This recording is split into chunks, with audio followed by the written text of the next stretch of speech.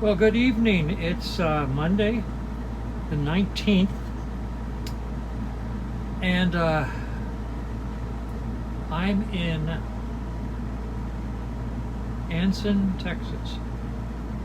And I'm in Anson, Texas because I decided to go up around a couple of big cities, of which names I've forgotten, down on Route 20, do an arch up around them, and made halfway up that arch and decided to run out of time. So I'm in Anson. I'm at a really nice little brand new RV park, little bitty thing. Probably got 25 spots. A gentleman and his father just opened it a year ago. Just built a really nice men's room, women's room, shower room, and storm shelter. Looks very nice. It's in the video. I'll show you in a minute.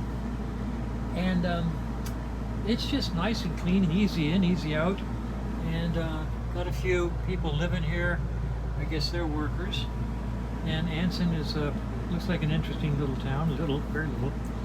And so I thought I'd start off and then show you the videos I took today. Okay, but let's talk about it. Then we'll do the videos. Remember back in the 1960s and 70s? Gosh, I don't know how many of you all were riding motorcycles back in the 60s and 70s, but there were basically two schools we used to ride together. There were the British bikers, me and my brothers and all of our friends, and friends of theirs who rode Harleys. And we would ride around 6, 8 of us at a time around Virginia, having a good time. And the saying at that time was, if you can't fix it, you shouldn't ride it, because that's how dependable motorcycles were. And actually, I stopped riding with everybody because my brothers' bikes were in great shape, because all my brothers are good mechanics. And the rest of the guys, their friends, and everybody else, their bikes would break down. So if you went out with, let's say, 7 people, at least 2 bikes would break down, and frankly, I'd end up fixing them. And I just got tired of it, so I stopped riding with them. That's when I started the Norton Club, trying to find some Norton friends we could ride, at least be riding the same motorcycles. So anyway, that's how the Norton Club got started. I got tired of fixing Triumphs, Harleys, and everybody's bikes when we took rides, and people broke down. So anyway, the same thing is true for RVs, A-R-R-V-E-E, RVs. If you think that it'd be fun to go get yourself an RV and take the family out and cruise down the highways all smooth and happy and see beautiful sights and just have a wonderful time, it's sort of like the old bikes. If you can't fix them, you shouldn't own them. These things are, as my brother Greg described it, a house in a hurricane. Every single day they get beat up. I call it like being caught in a Richter scale 6 earthquake every single day as you ride these things, because they get beat to heck. They're not smooth. You look at them as they go down the road, they look like they're gliding, just cushiony, floating. They're getting beat to heck. And I asked my brother about the big ones, because he always had the big diesel pusher, great big buses, bigger than mine, much bigger. And I said, they got air suspension, are they smooth? And he said, no, they get beat up just as bad as you do.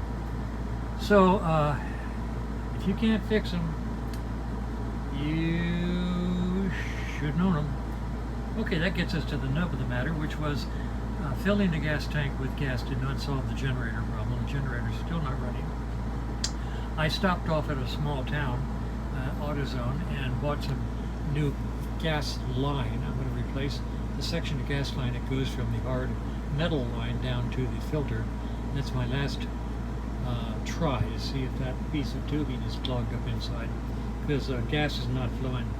It's not flowing to the pump that I just installed. I like small towns. They are so good. I've come to the conclusion that small towns have 4 things, always 4 things. They got a bar, they got a church, they got an auto parts store, and they have at least one Dollar General store, sometimes 2. And if they got more than that, then they're not a small town.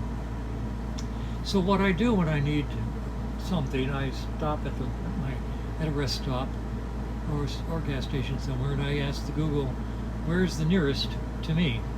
And Google always tells me, and that's how I found the two auto zones that I bought parts at so far, both in little bitty towns with really, really, really helpful people. I mean, you tell them your problem, they start offering solutions and suggestions.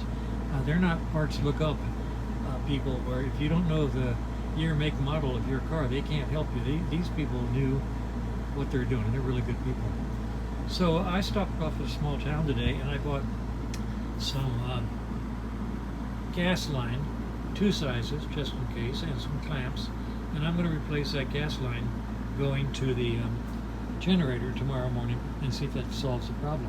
Now, what's sitting there on the sofa is the gas line, and what is behind it is the door to the microwave, which literally fell off today on a bumpy road. Think these rigs don't get bounced around? Let me tell you, the whole door fell off the microwave. I've examined it pretty close, and I think I'll be able to fix it. Think. Apparently, there's a little pin that fits into this little hole right here. You can see this guy's bent, so I'll straighten him out. And a pin on the bottom of that door fits in this hole. The corresponding unit up here has the same hole, except it's threaded. So if I can find a bolt, or heck, even a sheet metal screw that'll fit through that into the door, I can put the door back on the hinges. I've already fitted it up there. I put it up there and it fits. And I found out that this thing has been broken off by somebody before me, so it comes off easy enough. I'll put that back on with some heavy screws. I will straighten this hinge out, get a threaded bolt that goes here through here into the door, and the door sitting on this with this straightened out, and I think I'll be able to fix it, because I sure don't want to buy a new microwave, because I like this one. So I'm going to fix that door. As I say, if you can't fix them, you shouldn't drive them. Okay, so anyway, I wanted to talk about, let's see, I can list here notes that I've made during the day, having Siri make the notes for me. So let's see, I locked myself out of the rig today. I took Stumpy out for a walk, slammed the door, didn't lock it, walked away, came back, and the door was locked. Slamming the door was just enough to make the lock again fall down and lock me out. So there I am, standing outside of my rig. Wallet's inside the rig, I got no money. Keys inside the rig, and the rig is sitting there with the motor running. What to do, what to do, what to do? I'll tell you what you do. You go around to a hiding place on the rig, you reach up into a very dark crevice, and you take out the magnetic key case and take out these spare keys that are in the magnetic key case, and you unlock the door and you get back in the rig. And then as soon as you get back in the rig, you go back out there and put those spare keys back where you found them. I've had that spare key case on all 3 of my RVs. This is the first time I've needed to use it. But boy, am I glad I had it. Okay, so let's see what else is on the list. The locked out microwave door, what tubing, small towns. Yeah, we talked about that. Tail swing. I don't know for sure how much tail swing this rig has, but there's a long distance between the rear wheels and the back of the bus.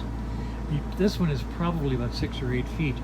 My first bus had a long one, like 10 or 13 feet. And what you have to be careful when you make a really tight turn, such as you've pulled up to the gas pumps, you've filled up the rig, you pull away and turn hard right to go to the exit. That tail swing will swing 1, 2, 3 feet to the side as you pivot on those rear wheels. And one time I did that, and I thought about it and said, oh my gosh, that was with the big bus, the first one. I'll bet I missed those gas pumps by inches with my tail swing. I got away with it. So when you drive a big rig like this with a lot of vehicle behind the rear wheels, you got to think around about tail swing. You got to move forward and then make that turn gradually, and then you can crank it over.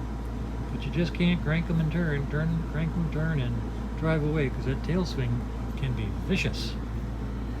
Well, oh, I've got a video in here of a wide load coming down the road. I'm off at 20 because I came up way up north to these little towns trying to get away from 20. I'm going to just go north some more up to 40 and take that over to Greg's house. But anyway, apparently wide load vehicles, 18-wheelers with these great big machinery and houses and stuff like that on them, they stay on these secondary roads. Texas secondary roads are very nice. I mean, they've got 65, 75 mile-an-hour speed limits on these country roads because they're long, they're straight, they're flat, they're smooth, and they're very nice. But in the big rigs, there are very few big rigs, but a lot of the ones that are out here are wide load big rigs. And I got a video that I don't know if I'm going to show you or I did show you already. I don't know how I'm going to paste this thing together yet. So anyway, a lot of wide roads on these rural roads. So tomorrow I think I'm going to change out that section of tubing and then head north and pick up 40, hang a right turn, and head on over to Greg's and be there in about 3 days or so. We'll see what happens. That's it for today. I'm going to put this together and post it. Now this here is what you call a wide load coming down the highway. Escorting everything.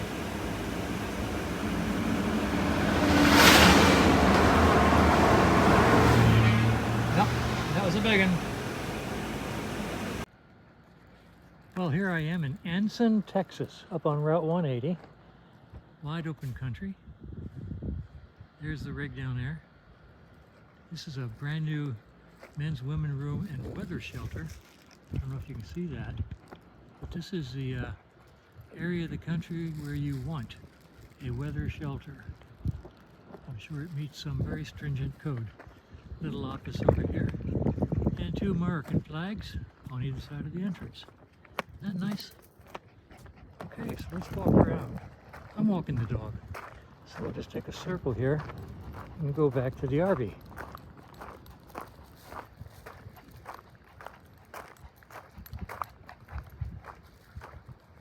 RV, that's spelled A-R-R-V-E-E. It's the RV. The fellow just said that he and his dad just built this maybe 2 years ago. They just built the shelter this year, and it's a nice little park, very clean, easy in, easy out. And puppy dog is going to stop for a minute. Okay, let's just go. Well, it's been an interesting day. I'll tell you more when I get down to the RE, because I got stories to tell.